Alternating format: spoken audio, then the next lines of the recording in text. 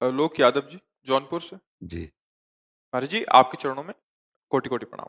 महाराज जी, ये सवाल मेरी माता जी की तरफ से है, क्योंकि वो यहाँ आने में असमर्थ है और आपका प्रवचन प्रतिदिन सुनती है। महाराज जी, मेरे पिताजी 2 महीने पहले हम सबको छोड़कर प्रभु के चरणों में चले गए। जब वे जीवित थे तो माता जी रोज प्रातः उठकर प्रभु का ध्यान पूजन करके पिताजी की सेवा में लग जाते थे, परंतु उनके जाने के बाद अब ऐसा लगता है कि जीवन में कुछ बचा ही नहीं। बहुत प्रयास करती है पूजा और नाम जप में ध्यान लगाने का, पर जैसे ही पिताजी का ख्याल आता है तो आंखों से आंसू निकल आते हैं, मन विचलित हो जाता है, प्रभु में ध्यान हट जाता है। ऐसी परिस्थिति में माता जी क्या करें? वैसे कई बार सत्संग और एकांतिक में कहा है कि संबंध में ममता विष है। संबंध में ममता विष है, विचारों में अहमता विष है, अहंकार विष है, भोगों में आसक्ति विष है, कर्मों में फलासक्ति विष है। हमारा मानव जीवन इस विष में फंसने के लिए नहीं मिला है। अगर भगवत भाव से पति की आराधना की जाए तो ये स्थिति नहीं होगी। श्री भगवान ही पति के हृदय में विराजमान थे, वो अब भी हैं, वो सदा रहते हैं। ये जो शरीर है, ना पहले था ना अब रहा, मध्य में जो भास रहा है, ये केवल कर्म भोग से बना हुआ एक ढांचा है। ये न किसी का पति है न किसी का पुत्र है, ये जड़ वस्तु है। जो पति पुत्र का जगन नाटक वैभवा इस जगत रूपी नाटक मंच पर नाट्य कर रहा है, वो केवल श्री कृष्ण है। वो राम बोलो, शिव बोलो, हरि बोलो, जो भी, वो केवल प्रभु है और जो प्रभु को देखता रहता है। तो जब मीरा जी के जो कहने वाले शरीर के पति थे, राणा जी जब पधारे तो उनका सुहाग मिटाने के लिए जो एक लोक रीति होती है, तो उनका नहीं, मेरा सुहाग ना उनके लिए भरा था ना उनके लिए उजड़ेगा, ये गिरधर का था, गिरधर का ही है। मेरे तो गिरधर गोपाल दूसरों न कोई, जाके सिर मोर मुकुट मेरो पति सोई। अगर ये सत्य विषय हृदय में ऐसे शास्त्रीय भाव से ना स्वीकार करो तो आप फिर उस शरीर से प्यार करते थे, उसे नष्ट क्यों कर दिया, उसको बनाए रखते।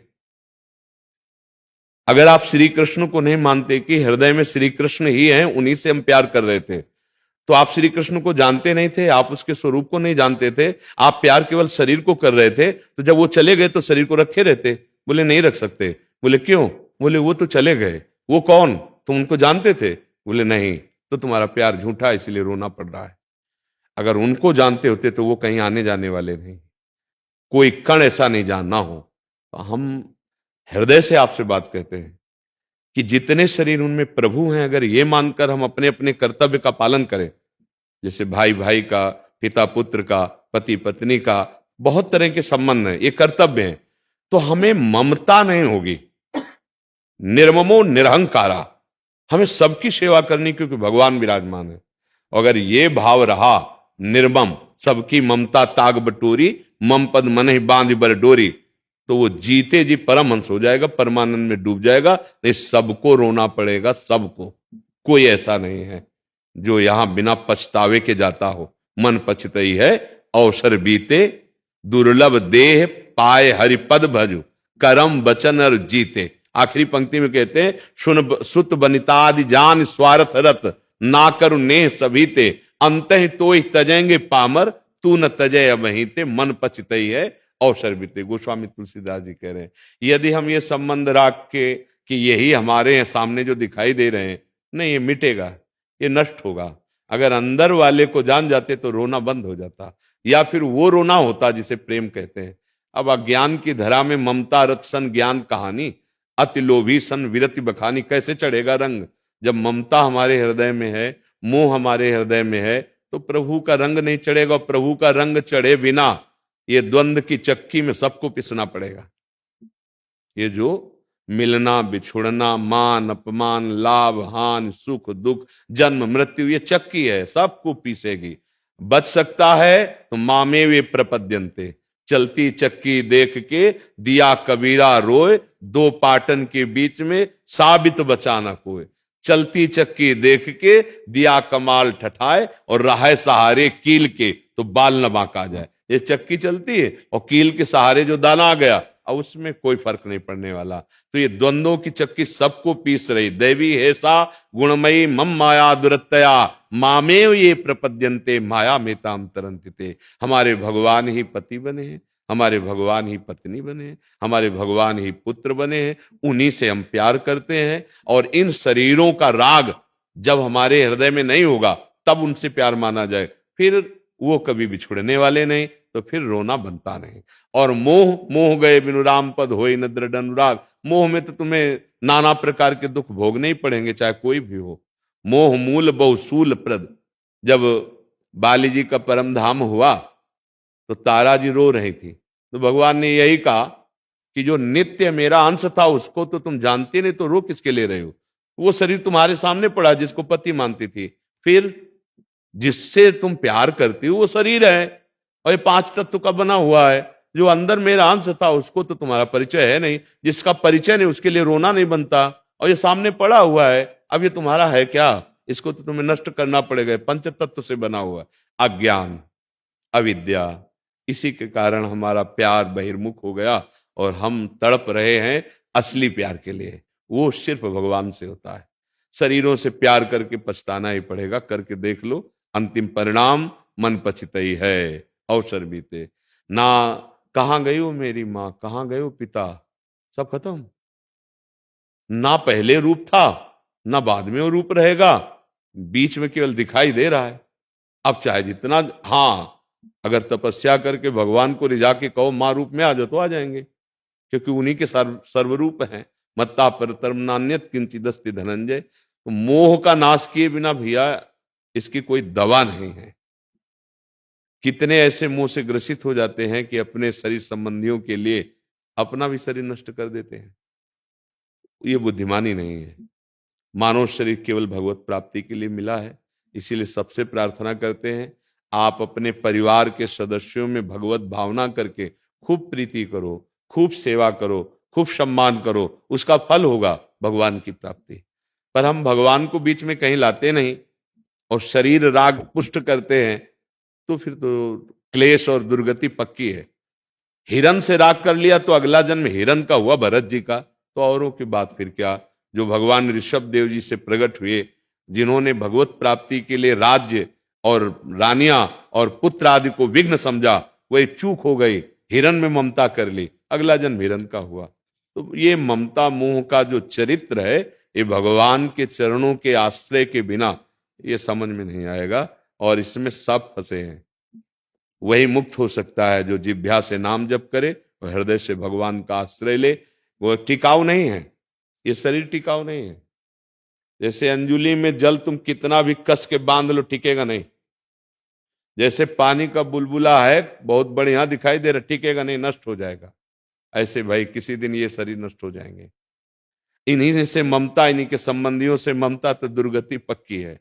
ये मानव जीवन सबको भगवत भाव से सुख पहुंचाते हुए, नाम जप करते हुए, खूब मेहनत, अपने कर्तव्य कर्म को करो, भगवान को समर्पित कर दो, जीवन मुक्त हो जाओगे। भक्ति की चरम सीमा अम्बरीश जी चक्रवर्ती सम्राट, ज्ञान की चरम सीमा जनक दी, हाँ, विदेह नगरी के राजा। तो ऐसा नहीं कि भजन या भगवत प्राप्ति या ज्ञान केवल विरक्त जन ही कर सकते, गृहस्थ नहीं। तो बिना ज्ञान के, बिना भक्ति के मोह पर विजय प्राप्त नहीं होती। और मोह का ये चरित्र देख ही रहे हैं, संपूर्ण जगत बिना डोरी के मोह में ही बंधा हुआ है। पशु पक्षी बंधे हुए। दत्तात्रेय जी भगवान ने कपोत को भी गुरु बनाया, कबूतर को।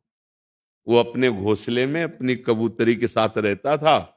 उसके कुछ समय बाद संयोग से अंडे हुए, अंडों से बच्चे हुए, बच्चों के छोटे छोटे पर आ गए थे। बड़ा सुख मिल रहा था कबूतर कबूतरी को। बहलिया उसकी दृष्टि गई, उसने जाल बिछाया। जब कबूतर कबूतरी दाना चुगने के लिए बाहर गए तो छोटे छोटे बच्चे उसके जो थे उसमें आके फंस गए। अब वो इंतजार, वो बहुत प्रवीण था, वो इंतजार कर रहा था कि बच्चों को देख के कबूतर कबूतरी जरूर आएंगे, फिर पूरे परिवार को आज हमारे भोजन मिल जाए। ऐसा ही हुआ, कबूतरी आई, देखा मेरे बच्चे जाल में, दौड़ करके वो फंस गई। कबूतर आया, अब वो विलाप करने लगा, बिना कबूतरी के, बिना बच्चों के मेरा जीवन किस काम का। जाल में जाके बैठ गया।